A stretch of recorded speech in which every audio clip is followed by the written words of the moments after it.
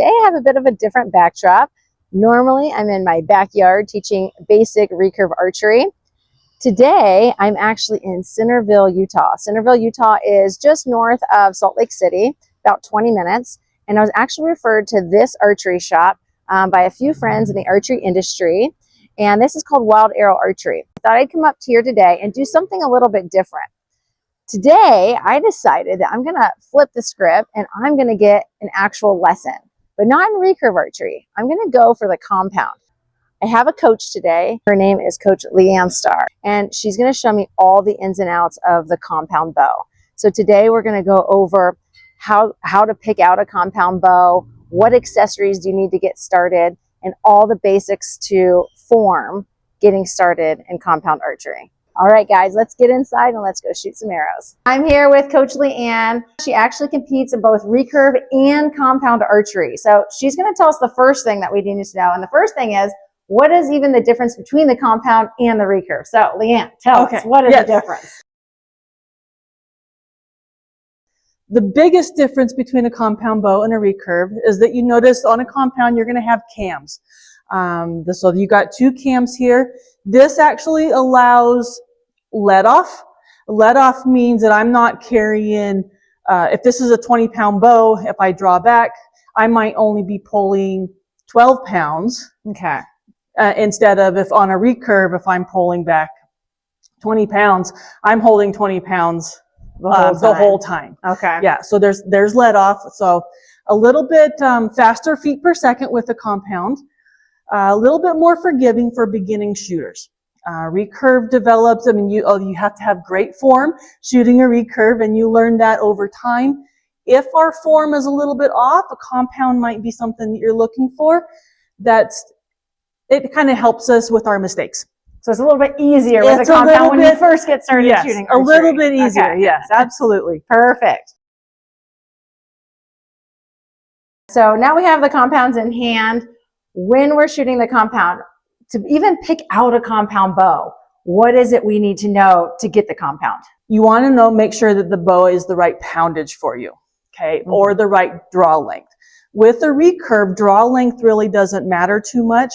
It does with a compound. Okay. A compound is actually set for your specific draw length. And again, go to a bow shop, they'll find that draw length. And that's what I did. I reached out to Coach LeAnn, and the first thing that she asked me is, what is your draw length? What poundage bow are you looking for?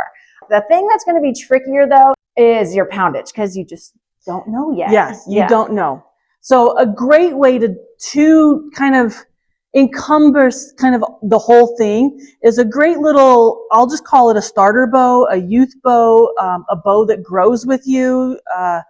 That way you can adjust your draw length and poundage as you grow. Okay. So youth bows really are one of the best ways to learn. Okay. Even as an adult, having a youth bow is great because it grows with you. Okay. Grows in poundage, grows in draw length. If you were to just go and get a 50-pound bow, what that means is that the limb itself may only go from 40 to 50 or 50 to 60. And so you're very limited in your poundage. So if you're new to shooting, I personally do not recommend going and buying a 60 or 70-pound bow. You'll definitely be overdrawn and cause injury. And that's the last thing we want to do in archery is cause injury.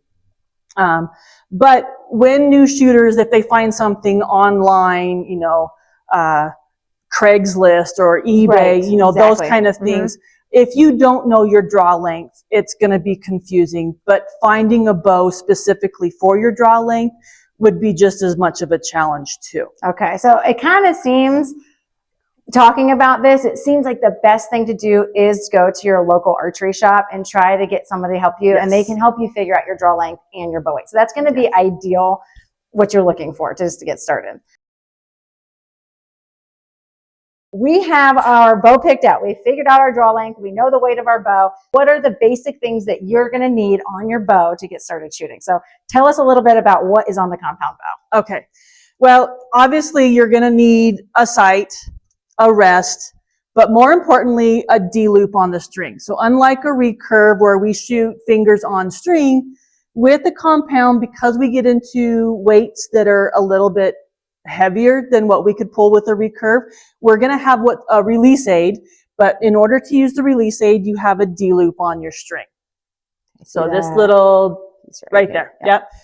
So this actually helps aid us pulling back the bow. On this competition bow, you do notice that you do have a long stabilizer. This is not necessary for a beginner shooter, but it does help reduce vibration. It helps balance the bow. That's the purpose of the stabilizer.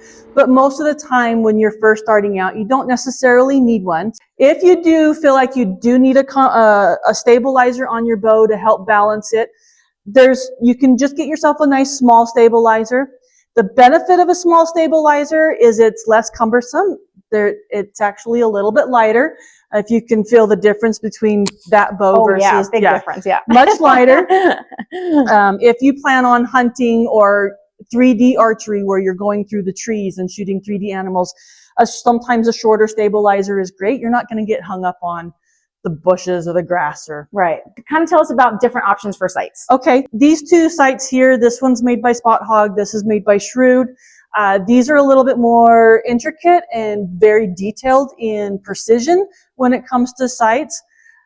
So, and this is a single pin. You can get some options, great basic sights that might have a 3-pin option or a 5-pin option.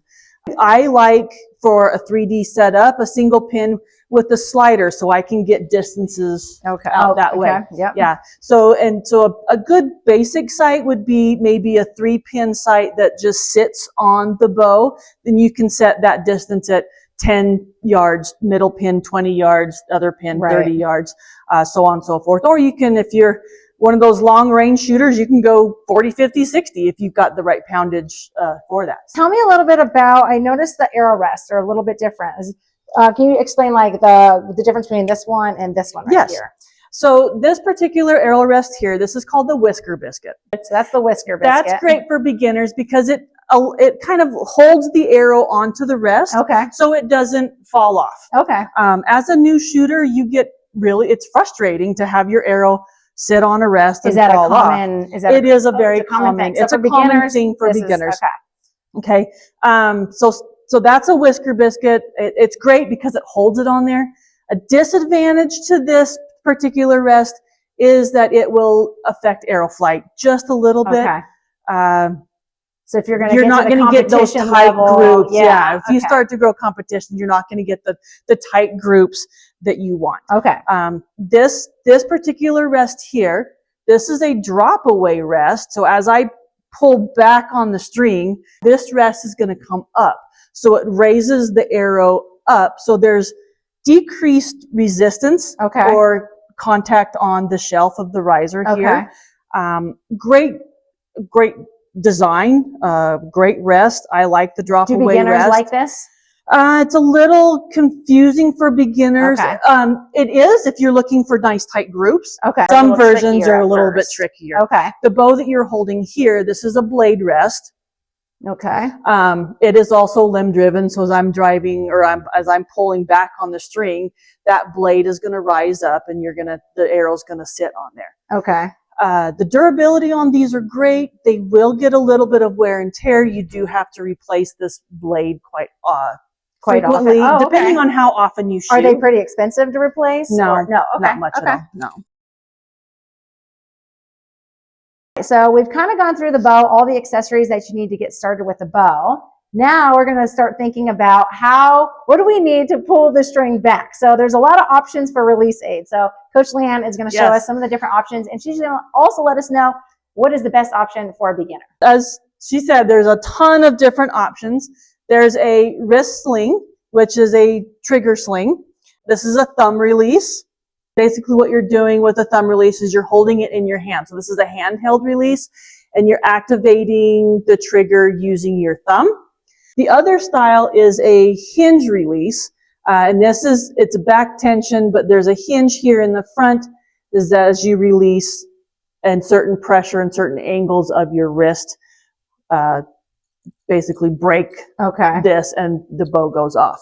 And another style shooting, this is a back tension or a resistance release. where I'm pulling through the shot. The thumb this is a safety feature, and then I have to pull through the shot in order for this to release. It takes a long time to kind of build up the right amount of tension and relaxation in the shot to where you can correctly execute these with great precision and performance. Okay. These are all great releases. When you get better, these are great. But for a beginner, I would recommend this is a wrist strap release. It's going to go on the wrist here. It just basically is a trigger release here, so you can control. I love this one here because it's actually string, so I can adjust it on there, and it's soft. And so if you're hunting situation and you're a new shooter, you can tuck that in. It's quiet, but it's easily adjustable kind of thing. There are different styles like this that maybe will have a hard piece of metal or a hard piece of rubber on here. I don't like them because sometimes they're too big. Okay. Are there ones that don't adjust, and so you're just stuck if it feels too long or too short on you? There are. I would definitely find something that's adjustable. That's adjustable. And who makes this is True Ball. This is True Ball. We'll put a link for this one if you want the adjustable. Yeah, this is their shooter. This is their shooter series kind of thing. Okay. It's great. I recommend this to all my new shooters. Perfect. Okay, that's great. Great information. And you're going to put this on to where it's fairly snug. Okay, so snug. That's my next question. Yes. Loose, snug. Okay. You still want to be able to feel your hands, your fingers, okay? But you don't want this so loose that it's rubbing up and down. Okay. That will definitely change your anchor point. Okay. And when we're shoot bows, anchor points are very important. With this, you actually want the tip of the release here. It's on a spring. You want it to come to the base of your finger. So if my finger's here where the finger and the palm meet, that is the length of where you want your release to be. All right, great information. Okay? Yeah, that's great. I would never have known that. Yeah, this is great. It feels short and it'll be really awkward when you're drawing, but when you're actually in that draw process, this actually does give a little bit, but it easily lets your finger behind the trigger here and then execute that shot, when you're ready. Yeah. So with this one, so as you can see, it does feel a little bit short. I'm going to open, this is a little spring trigger here, pulling this little lever. I don't know if you can see there. Yeah. So there's the trigger and it opens. Okay. This will actually lock onto your D loop. As you draw back and get into your anchor, then you can easily put your finger over the trigger. Now, when shooting a trigger release, you do want the trigger to be between first and second knuckle. You want to get deep into that. Get deep into that trigger. Between first and second knuckle is good. Relax the tension in your wrist. A lot of new shooters, they get really tense, or their hands go out like this. Lots of tension. Okay, lots of tension back here. And as a coach, if we have tension places that arrow is going to go all over the place. Right. So when you're drawing, your finger is going to go behind the trigger. This is most important. Safety reasons, one, if your trigger's there, so go ahead and, just since we have the string, go ahead and put your finger on the trigger and then try and draw back with your finger on the string. Okay. Safety thing, that arrow is going to go down, fly, and I haven't pulled back all the way. And it surprises us, and we might hit ourselves. So I just instructed, get that finger on the string, finger always behind the trigger a little here. Closer, a little bit. You can see. You don't want any tension on that trigger at all. Okay. And then all I'm going to do is I'm just going to give a little bit of tension, but I'm going to show Tara here that this soft part of our hand is part of where we want to anchor the jaw line right through here. So the jaw is a very consistent anchor point. We want to get back to our jawbone here. Okay. So that's one anchor point, and we'll talk about anchor points again. But this is an anchor point we want to come back to. So go ahead and draw back with the palm facing towards the ground, because you do want palm down. You're going to draw back. So that's perfect right there. And we have a natural little pocket. It just feels good. Yeah, it feels really good. It feels good. So I'm going to just put a little bit of tension here. Okay. Now slowly bring that first finger around the trigger. And then you're just going to let that finger sit on that trigger. Okay. Between first and second knuckle, this is great. And then all you're going to do is just a light squeeze. Oh, and it already came off. Yeah. And And that's that's really good. ready for it. Yeah, that's good. That little, ooh, that surprised you. Yes. We want that surprise. When you're shooting, you know, with you want that surprise. Okay. Okay. Yep. All right. So now you know what to expect. Let's get you behind the bow. That sounds great. All Let's do right. it. With the stance, you do want a nice, comfortable stance. Okay. Feet shoulder width apart. That's great right there. But your front foot, you're going to bring back just a little bit. Okay. So if I was to draw a line on from your foot, I want the tip of your toe here to come to the base of your big toe on this foot. It just gives us a nice, natural, open stance to the target. Okay. Okay. When we're shooting, posture is always a great thing too. We want to look like a capital T. Okay. Okay. We want shoulders over our hips and our hips over our feet. Okay. Lots of new shooters will actually have, like, I call it either the mom hip, or they lean back, or, you know, it's just, we're off kilter a little bit. We want to be nice and tall. Okay. Okay. But that's a great stance to start with. When you knock on, this is actually super important. You want to knock between that D loop. So if you can get a close-up shot right here. So the knock is actually attached to the string between this D loop. And as you can see, it does kind of create that letter D. That's why we call it a D loop. Now, the next thing is I always teach new shooters is the grip. Okay. We want to hold our bow, not necessarily like a tennis racket or a baseball bat. Okay. We actually are going to push that bow towards the target. So what we're going to do is we're going to open up the palm of our hand. That's going to be towards our target. And we're just going to put the grip on the thumb part of the hand right through here. Okay. One thing I show them is, like, everyone has a lifeline on their hand. We want the back part of the grip. I call it the spine of the grip. Basically, it's going to be on the thumb side of that lifeline. If we happen to get too deep, what happens is now I'm moving that arm towards the string. Okay. And with compound, you know, hitting that arm right there doesn't feel great. I mean, it doesn't feel great with recurve either. Lined up really close to that. Yep. Yeah. So we want the grip right there. That's perfect. And that thumb's going to be relaxed, pointing towards the target. Our knuckles, we want to be at a 45-degree angle right here.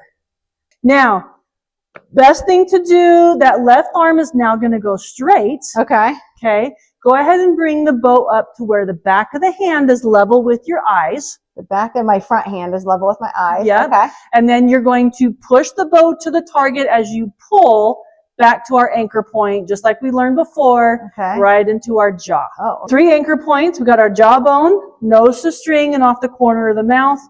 And then we're going to look through that peep. So on a compound, we have a peep, and we want to match it over our scope. And then when you're ready, just get that finger around the trigger and lightly squeeze. Now that she's got great stance, she knows how to hold the bow, because we don't want to grab it. We're just going to, right here on, go ahead and clip onto the D loop. I'm going to look in that grip position and kind of get that. Right along the meaty part of your thumb is your grip. All right. Left arm is straight. Straight. Now, this is also another thing. Women, we like to be a little bit hypermobile. We like to pop that elbow up a little bit. Right. All we want to do is we still want to keep that palm towards our target, but I'm just going to drop and roll that elbow down out of the way. So drop the shoulder, rotate that elbow. Yep. Drop the shoulder, roll that elbow down a little bit. Okay. Okay. Perfect. Go ahead and bring the bow up. Okay. My finger's behind the trigger. Yep. And then draw back, get into that. There you go. That looks much better into that draw length. You want that nose right on top of the string. Go ahead and wrap that finger around the trigger, nice and slow. There's 3 anchor points that we want to cover. Okay. 2 of those anchor points are going to be physical, and then we have a visual anchor point. The 2 physical ones is actually where we're going to be touching, or there's something going to be touching our body. So our hand, remember we talked that the soft part of our hand here is going to be into that jawbone. That is our first anchor point that we want to hit every single time. Our second physical anchor point is going to be the string to our nose every single time. Okay. So if you don't wear glasses, so you do kind of want it to the tip of the nose, Okay. but touch off the corner of the mouth. And a corner. Okay. Yep. So it is going to be slight at an angle. Okay. Now, depending on the length of bow, this is obviously a youth bow, maybe a shorter draw length, a beginner bow. You're going to have a shorter axle, so you're going to have a steeper string angle. Oh, so it may not feel, so it's going to, A longer bow, you still want same anchor points, but maybe that's a taller axle to axle, which means basically the measurement from top of the cam to the bottom of the cam. The third point is our visual anchor point. With a compound bow, we're going to have a peep and on top of that, a scope. Okay. What we want to do, so here's our peep, and it splits the string, so it actually lines up in front of our scope here. Okay. As you look through, you'll see the ring of the peep will cover the ring of the white on the scope. Okay. Yeah. It's a little high right now because of the string angle. Once you get to your draw, it will actually level out. Okay. All right. Also, a very, very important part is you want that to be perfectly over your scope. Get right into that anchor point and then nose to string. You're just dropping your nose down to the string. Now the peep should line up. Yep, it's in there. It's in there. Good. Now you're slowly going to bring that finger around the trigger. Now put your pin. Perfect. Oh, go ahead. Yeah, pin on target and then squeeze. You want to create what's called back tension. And back tension is where you've got that. So remember that little squeeze in the shoulder blades? That's how you're learning a little bit of that back tension. Okay. So new shooters have a tendency to be super stiff and the elbow doesn't move. That's why they get maybe an aggressive punching the trigger or just that aggressive release. Right. Okay. If you let your finger hook onto the release and I'm leading with my elbow. Okay. All I'm doing is I'm executing my shot. I'm not shooting my shot. I'm executing my shot nice and relaxed, and I'm leading and pulling with my elbow.